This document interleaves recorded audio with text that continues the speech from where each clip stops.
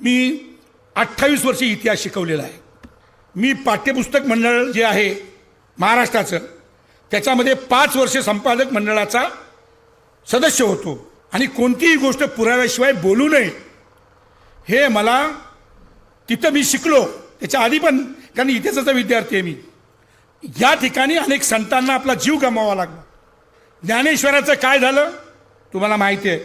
ज्ञानदेवे रचिला पाया तुका झाला असे कळस. त्या तुकारामाचं काय झालं हे तुम्हाला माहिती आहे. त्या सगळ्याच्या हे सगळं जी काही संतांनी केलं त्याच्या आधारावर 18 पगड जातीचं छत्रपती शिवाजी महाराजांचं राज्य उभं राहतं, रयतेचं राज्य उभं राहतं. त्याच्यानंतर छत्रपती शिवाजी महाराजांनंतर संभाजी महाराज त्याचा विकास करतात. ताबडतोब काउंटर रिव्होल्यूशन होते आणि पुण्यात पेशवाई उभी राहते. पेशवाईमध्ये काय झालं हे तुम्हाला माहिती आहे. त्याच पुण्यात फुले उभे राहतात आणि फुले रिव्होल्यूशन करतात, आधुनिक काळातली रिव्होल्यूशन करतात.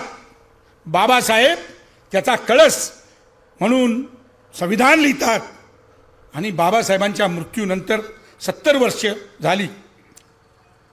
त्या 70 वर्षाच्या आत या देशात एक काउंटर रिव्होल्यूशन चालू आहे, एक प्रतिक्रांती चालू आहे आणि त्याच्या मध्यात आपण हे साहित्य संमेलन घेतो. आता हे जे सगळ्यांची जी मी नावं घेतली यांनी या देशाच्या सांस्कृतिक राजकारणाचा पाया घातलेला आहे. त्या काळातलं पर्यायी सांस्कृतिक राजकारण त्यांनी उभं केलं. भगवान बुद्धांनी त्या काळासाठी वैदिक धर्माच्या एकूण परंपरेला पर्याय, ब्राह्मण परंपरेला श्रमण पर्याय दिला. वैदिक परंपरेच्या विरुद्ध उभे राहिले, अवैदिक परंपरेचं कन्सॉलिडेशन केलं आणि त्यातून राज्य उभे राहिली. त्याच्यानंतर सगळ्या संतांनी एकत्र येऊन, 18 पगड जातीच्या संतांनी एकत्र येऊन जे सांस्कृतिक राजकारण केलं त्याच्यामध्ये आध्यात्मिक समतेची मागणी आणि अनेक वेळा त्यांनी जी क्रांती केलेली तिचं मी वर्णन करत नाही.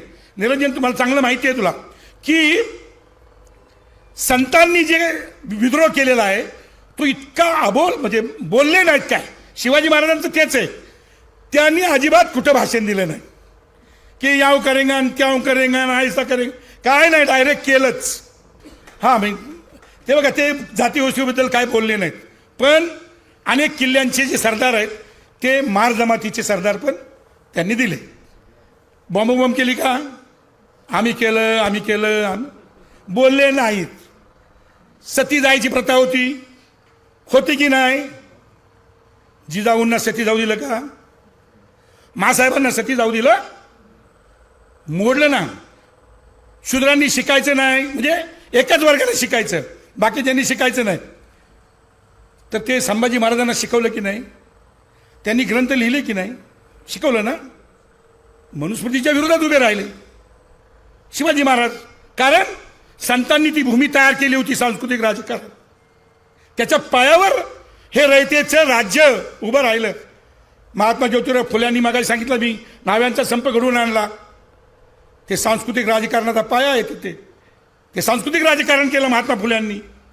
बाबासाहेबांनी 14 सत्याग्रह केला, सांस्कृतिक राजकारण आहे. काळाराम मंदिरात सत्याग्रह केला, सांस्कृतिक राजकारण आहे. धर्मांतराची घोषणा केली, सांस्कृतिक राजकारण आहे. धर्मांतर केलं, सांस्कृतिक राजकारण आहे. आणि संविधान दिलं, ते प्रजासत्ताक संस्कृतीची निशाणी आहे, प्रजासत्ताक संस्कृतीची. आता या काळामध्ये मी काय तुम्हाला नवीन सांगणार आहे? मला वाटतं हे आपल्या पूर्व परंपरांनी केलेलं आहे.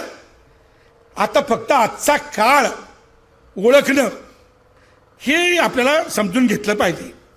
तर हे ह्यातनं सिद्ध होतं की जोपर्यंत आपण आपलं स्वतःचं पर्यायी सांस्कृतिक राजकारण उभं करत नाही तोपर्यंत आपली राजकीय सत्ता नीट बसत नाही. ते तुम्ही रशियाचं पण उदाहरण तुम्हाला माहिती आहे. रशिया तर केवढ्या उदात्त मानवी हेतूनी तिथे लोकांनी शहीद झाले इतके, आणि रशियाचं राज्य आलं, कामगारांचं राज्य आलं. स्वतःचं पर्यायी राजकारण उभं नाही केलं. रशिया कोसळला त्याला अनेक कारण आहेत. त्यातलं एक कारण हे पण आहे की रशियानं स्वतःचं सांस्कृतिक राजकारण उभं केलं नाही. चीन 49 साली तिथं क्रांती झाली. त्या क्रांतीमध्ये कॉम्रेड माओ म्हणाले, अरे बाबांनो, एक राजकीय क्रांती केली तर हजारो सांस्कृतिक क्रांत्या कराव्या लागतील.